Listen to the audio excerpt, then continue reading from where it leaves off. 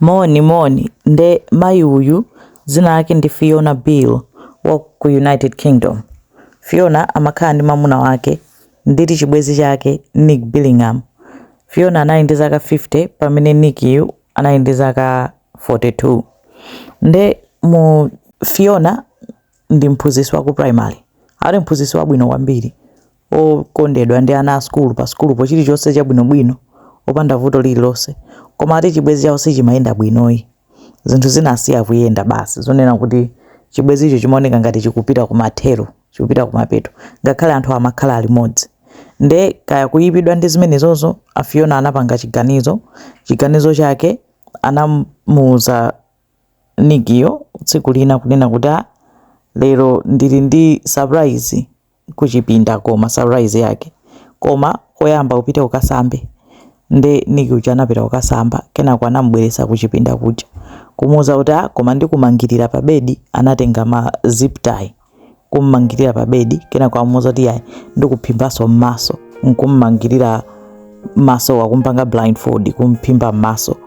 Atamphimba m'maso choncho atanamulonjeza kuti kaya azipanga za zichani kuchipindako. Anapezeka kuti watulusa mpeni, anambayabaya ndi mpeni uja kumupha. Anachoka pamenepo kutenga phone ya Nikiyo nkumatumizira ma message abale ake, mayi ake ngati kuti ndi Nikiyo eti kuti amayi mwasowa. Chani amayike kumalandira ma message kumaona ngati akuyankhula ndi Nick. Anthu kumalandira ma message kumaona ngati akuyankhula ndi Nick. Nde ataona choncho anaganiza kuti atani nalo thupi lake. Fiona ananyamuka anapita ku shop amati B&Q, amakonda kugulitsa ma building supplies ndi zinthu zambirimbiri.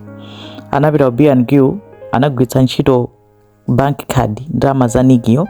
Anapita ku shop anakagula compost, anakagula miyala, anakagula maluwa, zinthu zangati zopangira gardening ndi madoti.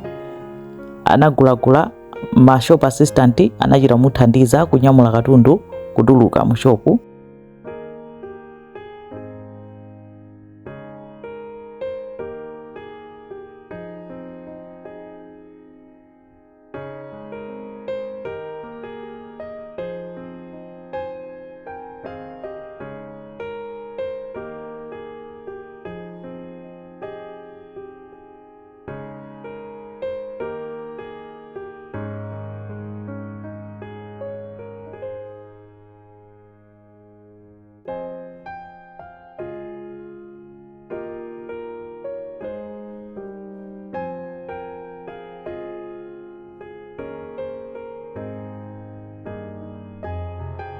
Inali nthawi ya COVID 2021 ndi ananena kuntchito kwake kunena kuti ndadwala COVID. Nthawi yonse amapanga zimene zizizi ananyamuka anapita ku nyumba, anakakumba pambali pa nyumba pake, anamutenga Nick uja anamukwirira pamenepo anagwiritsa ntchito compost uja chani ndikuyika chipoti cha maluwa pambalipo chokongoletsera. Basi kumakhala kutumiza ma message.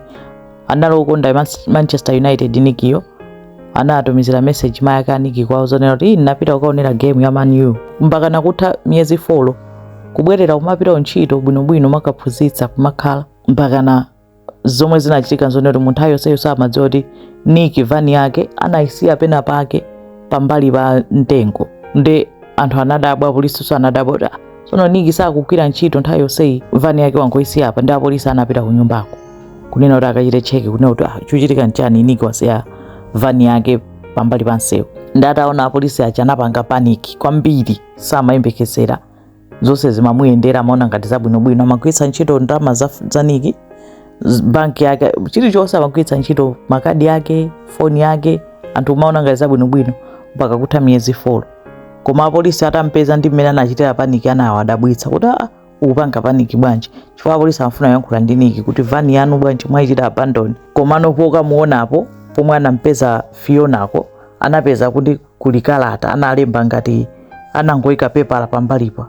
Akuyang'ana pepala lija polisi kuti ndi chani, akuona zomwe alemba, akufotokoza zonse zomwe anachita kuti napanga plani nthawi yayitali, natenga mpeni, nawika nthumba, namutsaonera kuti bwera kuchipinda, namangirira zonse atalemba patipo pa pepalapo. Adaphatikiza kunena kuti kupha munthu kumaphweka mu filimu koma zenizeni ndi zoopsa chovuta kwambiri ndikunsuntha kuti ukamugwirire. Adachita kulemba zonsezo kaya. Ndi apolisi anachita search nyumba, anapeza mattress onena kuti atayidwa mu basement pansi, koma mattress yo pambali panali magazi. Asanamtenga. Ndi Fiona Bill pa 30 May 2024 ampanga sentence to life in prison. Nefunso lonena kuti anthu amene amagwira naye ntchito Nick samadziwa kunena kuti Nick wasowa. Samadziwa kuti wasowa chifukwa chonena kuti inali nthawi ya COVID. Nde Fiona anauza anthu kunena kuti Nick akudwala COVID. Ena amatumizira kuti COVID yanditengetsa kwambiri. Inali nthawi zake za lockdown zija. Nda amanena kuti iye ali ndi long COVID, kunena kuti ya COVID yake sikutha. Ndipo anthu samapita kukaonana nthawi imene yoyo nkona zinatenga nthawi yayitali yoncho. Iye akutani akupitiriza zimenezozo. Nde wachitidwa sentence to life in prison. Imene ndi nkhani ya Fiona Bill. Zikomo kwambiri. Of evidence demonstrating your plans to kill him, taking elaborate steps to hide his body, and then having done so, going to great lengths seeking to make sure that what you had done would not be easily uncovered.